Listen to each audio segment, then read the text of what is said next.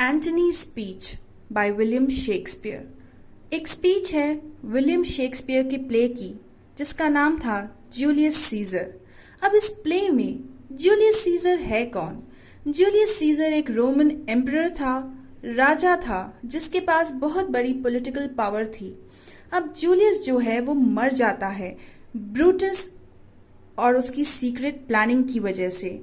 अब जो Julius Caesar था उसका एक दोस्त था एंटनी नाम का।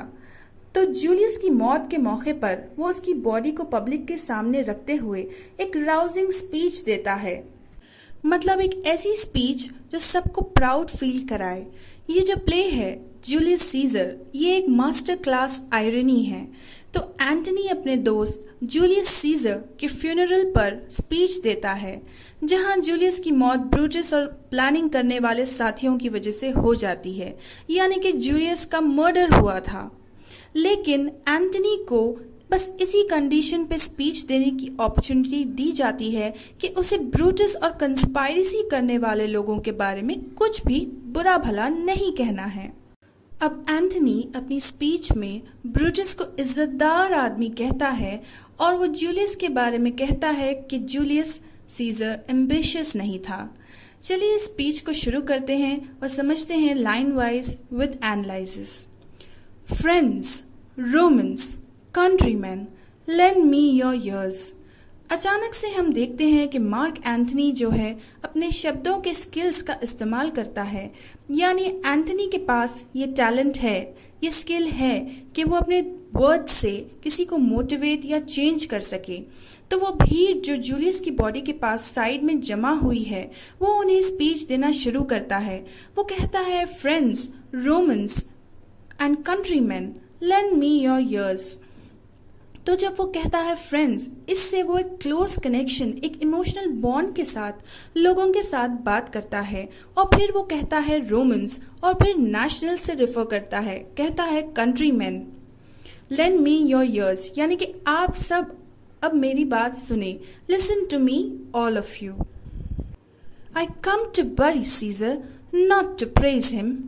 मार्क एंथनी ने सभी लोगों के मूड को अच्छी तरीके से भांप लिया है कि ये सब जो लोग आए हैं यहाँ पर वो उन्हें कोई अफसोस नहीं है जूलियस सीजर के मर्डर का। वो तो यहाँ ब्रूटस और कंस्पायरेसी करने वालों के साथ खड़े हैं। मार्क एंथनी ब्रूटस को ये भरोसा दिलाता है कि वो यहाँ सिर्फ स्पीच देने के लिए आया है जूलियस सीजर के ऊपर, ना कि उसकी साइड लेने के लिए आया है।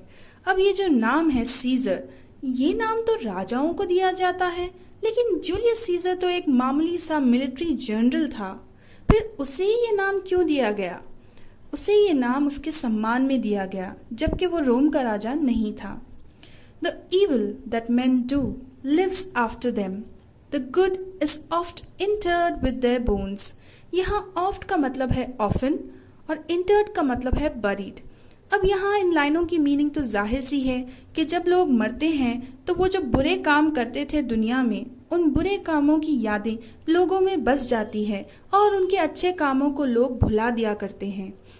तो जब एंथनी कहता है so let it be with Caesar, तो तभी उसके साथ वो अपनी क्लेवरनेस का इस्तेमाल करता है और कहता है कि वो सबके लिए खुश है कि किस तरह सब ने सीजर के बुरे पॉइंट्स को याद रखा है और जूलियस सीजर की अच्छाई को भूल गए हैं।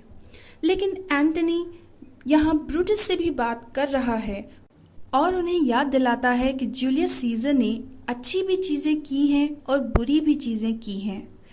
So let it be with Caesar, the noble Brutus had told you Caesar was ambitious. If it was so, it was a grievous fault, and grievously had Caesar answered it. अब इन लाइनों में mark Anthony Julius के words को respond करता है। Anthony Brutus की बातों से इनकार नहीं करता है, लेकिन कहता है कि इफ इट वाज सो, यानी कि अगर ऐसा होता, वो इस बात से ज़रूर इनकार करता है कि जूलियस सीजर एम्बिशियस था और कहता है कि अगर ऐसा होता, यानी कि वाकई में अगर जूलियस सीजर एम्बिशियस होता तो ये एक सीरियस गलती होती। इस बात पर एंटनी ने रोशनी डाली क्योंकि जो क्राउड था लोगों का वो एक गलत रास्ते पर चलने वाले ब्रूटस को सपोर्ट कर रहा था और एंटनी पॉइंट आउट करके कहता है कि अगर ऐसा होता कि जूलियस सीजर एम्बिशियस था तो वो अब मर चुका है, उसे अपनी गलतियों की सजा मिल चुकी है। Here, under leave of Brutus and the rest, for Brutus is an honorable man, so are they all honorable men. Come, I speak in Caesar's funeral. Mark Anthony Brutus की तारीफ करते हुए कहता है कि ब्रूटस और उसके आदमी ऑनरेबल मैन हैं, यानी कि इज्जतदार लोग हैं, और मैं यहाँ सिर्फ जूलियस सीजर के फ्यूनरल पर उसकी स्पीच देने के लिए आया हूँ। He was my friend, faithful and just to me, but Brutus says he was ambitious, and Brutus is an honorable man. अब एंथनी धीरे धीरे तारीफ करता है जूलियस सीजर की कि वो मेरा दोस्त था और वो फेथफुल था मुझसे और सिर्फ मुझसे, लेकिन ब्रूटस एक एम्बिशियस आदमी है, इज्जतदार आदमी है। फिर एंटनी कहता है कि शायद मैं गलत था, और वो खुद को कम आवाज में कहता है, लेकिन मुझे पता है कि मैं नहीं था। He had brought many captives home to Rome, whose ransoms did the general coffers fill. Did this in Caesar seem ambitious? फिर एंटनी कहता है कि चलो देखते हैं कि सीजर ने किया क्या था। उसने बहुत सारे दुश्मन कैदियों को रोम जेल से छुड़वाया, उन्हें पैसे देकर छुड़वाया और रोम शहर को अमीर बनने में मदद की। और फिर एंथनी भीड़ से सवाल करता है कि आप सब ये बताइए कि ये क्या एक एम्बिशियस इंसान का बिहेवियर लगता है। When that the poor have cried, Caesar had wept. Ambition should be made of sterner stuff. Yet Brutus says he was ambitious, and Brutus is an honorable man. जब गरीब लोग शहर की तकलीफ में थे, सफर हो रहे थे, तब जूलियस सीजर ने उनके आंसू पोंछे और उन पर रहम खाया। और ये तो किसी एम्बिशियस आदमी के एक्शंस नहीं लगते हैं, क्योंकि एक एम्बिशियस आदमी का दिल तो इससे कहीं ज़्यादा सख्त होना चाहिए।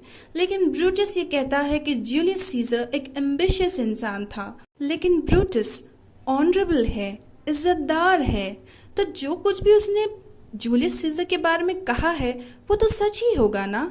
अब आप ये बात नोट करिए कि एंटनी किस तरह शक का बीज बोता है भीड़ में जमा लोगों के दिमाग में।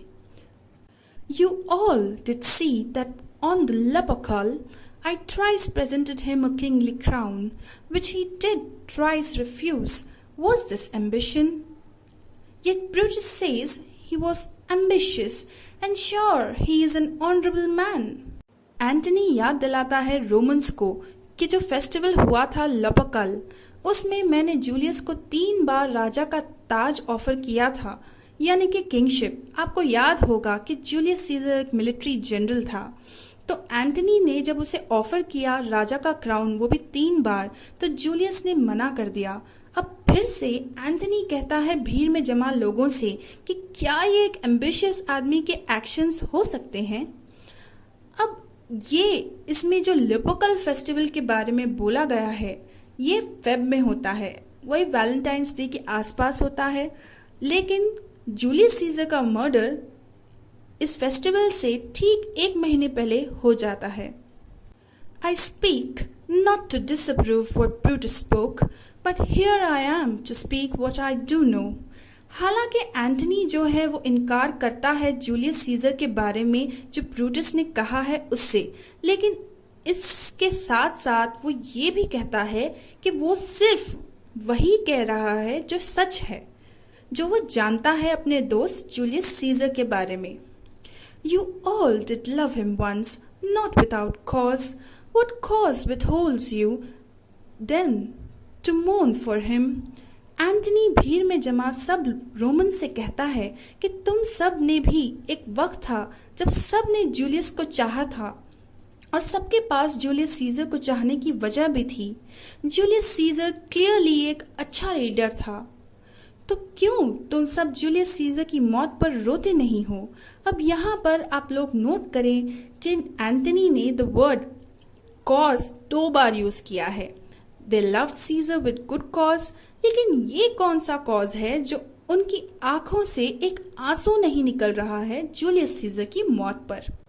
O judgment, thou art fled to brutish beast, and men have lost their reason, bear with me.